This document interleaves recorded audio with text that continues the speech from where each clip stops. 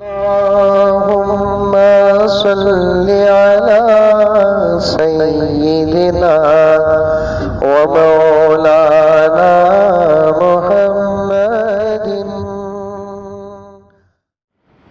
مسجدیں جو بند کرنے کی بات کر رہے ہیں نا، بند کر دیے نا بہت سارے لوگ، مساجد کے ذمہ دار بہت بڑی غلطی کر رہے ہیں۔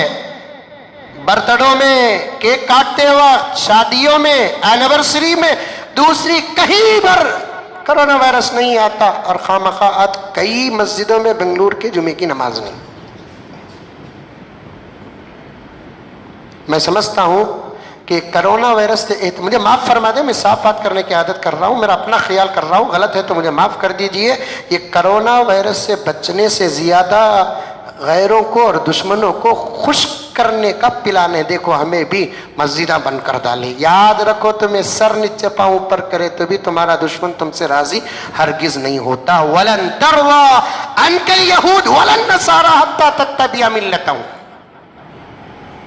جب تک تم دین کا سودا نہیں کرو گے تو تمہارا دشمن تمہارے سے راضی نہیں ہوگا۔ مسجدیں بند کر کے دشمنوں کو کیوں خوش کرتے ہو؟ اور بھی قوانین مسجدوں کے اندر پیدا کرو، قانون لگاؤ۔ ہمارے محلے کی مسجد میں وہی آدمی نماز پڑھے گا جو محلے کا ہے، سب کے پاس جا کر یہ کارڈ دے کر آ جاؤ، باہر کا محلے کا نہ آئے۔ اور قوانین پر مسجدیں بند کرنے کا سوال پیدا نہیں ہوتا۔ مسجدیں بند نہ کرو۔ ذمہ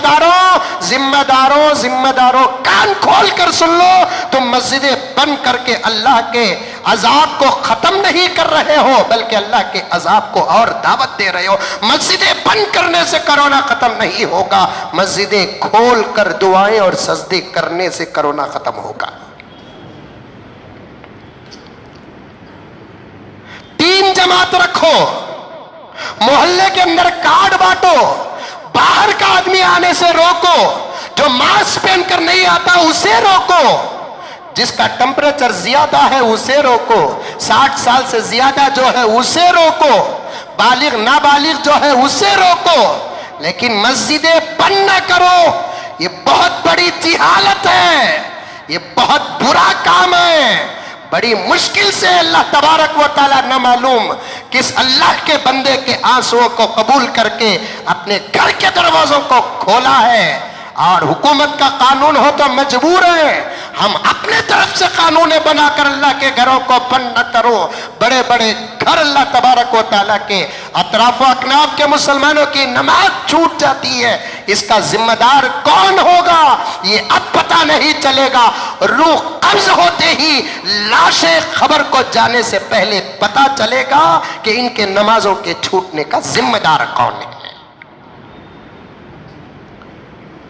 8 جون سے کھلی 8 جون کو کھلی، آج 10 ہے۔ یہ ایک مسجد میں کوئی کیس ہوا؟ مجھے تو نہیں معلوم، آپ کو معلوم ہے تو بولیے۔ یہ ایک مسجد میں کوئی مسلمان ڈسٹنسنگ مینٹین سماجی فاصلہ توڑا؟ خلاف قانون کوئی کام ہوا؟ فوٹو پکڑو بھیجو۔